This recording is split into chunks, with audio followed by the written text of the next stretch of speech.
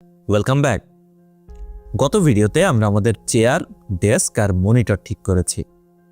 এখন আমাদের শরীরের সবচেয়ে ক্রুশাল অংশ আমাদের হাত এবং কবজি নিয়ে কথা বলার সময় এসেছে।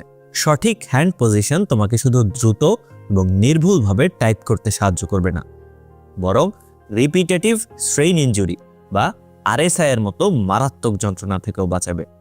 টাইপিংয়ের সময় সবচেয়ে বড় যে ভুলটা প্রায় সবাই করে তা হলো কবজি বাঁকানো। অনেকেই টাইপ করার সময় কবজি উপরের দিকে বা নিচের দিকে বাঁকিয়ে রাখে।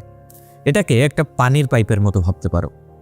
পাইপ যদি বেঁকে যায় তাহলে যেমন পানির ফ্লো কমে যায়, ঠিক তেমনি তোমার কবজি বাঁকা থাকলে সেখানকার নার্ভ এবং টেন্ডনের উপর চাপ পড়ে। দীর্ঘ সময় ধরে এটা চলতে থাকলে ব্যথা এবং মারাত্মক ইনজুরি হতে পারে। এর সমাধান কি?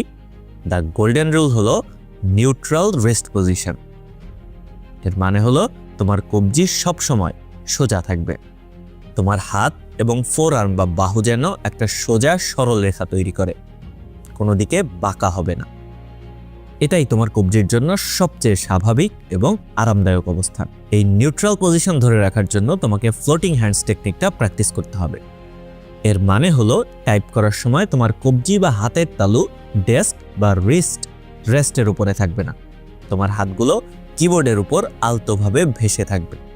এতে করে তোমার পুরো বাহু নড়াচড়া করতে পারবে এবং শুধু আঙুল বা কবজির উপর অপ্রয়োজনীয় চাপ পড়বে না।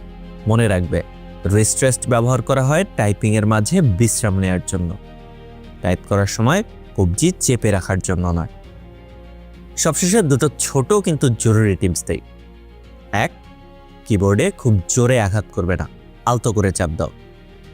2, তোমার আঙুলগুলো স্বাভাবিকভাবে বাঁকানো এবং রিল্যাক্সড রাখো। তাহলে আজকের লেসনের মূল 3টি বিষয় হলো সোজা কবজি, ভাসমান হাত এবং হালকা স্পর্শ।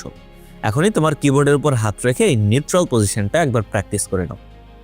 আমাদের পশ্চার এবং হ্যান্ড পজিশন এখন ঠিক। পরের ভিডিওতে আমরা কিছু সহজ স্ট্রেচিং এক্সারসাইজ শিখব, যা টাইপিং শুরু করার আগে তোমার হাতকে প্রস্তুত করে তুলবে।